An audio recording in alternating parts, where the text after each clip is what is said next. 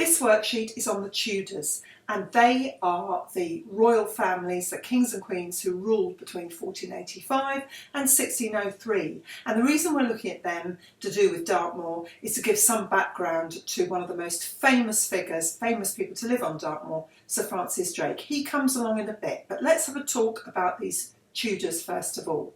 There had been what was called the War of the Roses, with two rival families, fighting out for the right to be King of England. And finally, at the Battle of Bosworth, Henry VII defeated Richard III. Richard III has always been portrayed in our history as a baddie, really evil man. That's thanks to Shakespeare, who wrote a play about him and really gave him those characteristics. Historically, I don't think he was that bad, you know, it was kind of like a spin on him. So we get Henry VII, who becomes monarch, and he is father of Henry VIII, who is the next monarch who comes on the scene. I'm going to have to look at my dates so I can get this absolutely right for you. Let's get all the dates absolutely right. So we have Henry VII from 1485, after the Battle of Bosworth, to 1509. We then have Henry VIII from 1509 to 1547. Henry VIII, again, a very notorious figure in English history. He's sort of known for a couple of things. One is the dissolution of the monasteries, which I'll explain about in the next worksheet. That's an incredibly complicated word that we'll look at. What on earth does that mean? We'll find out. The other is he had 6 wives. I guess the other was he was absolutely enormous by the end of his reign. They had to have a special horse to put him on with his armour and winch him onto it. He was huge.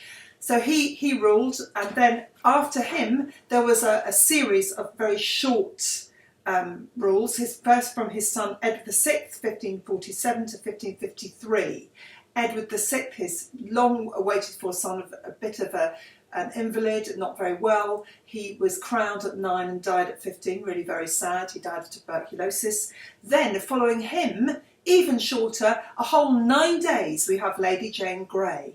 And that was, again, that's to do with the dissolution of the monasteries. I'll explain that. But she was they wanted a Protestant, on the throne, and she was a suitable candidate, but she wasn't actually the next in line to the throne. The next in line to the throne was Mary Tudor. She ruled until 1558, from 1553 to 1558, and then we had Elizabeth I, who ruled from 1553 to 1603, a very, very long reign indeed at that time, and even now.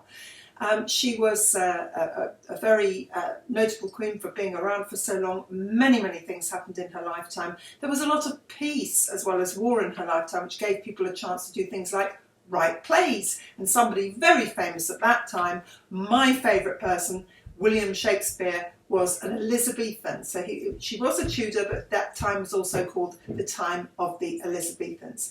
I've put a couple of clips from Horrible Histories on there. They just help with their fun, but they do also have facts in them about the Tudors and life in Tudor times. So have a look at those.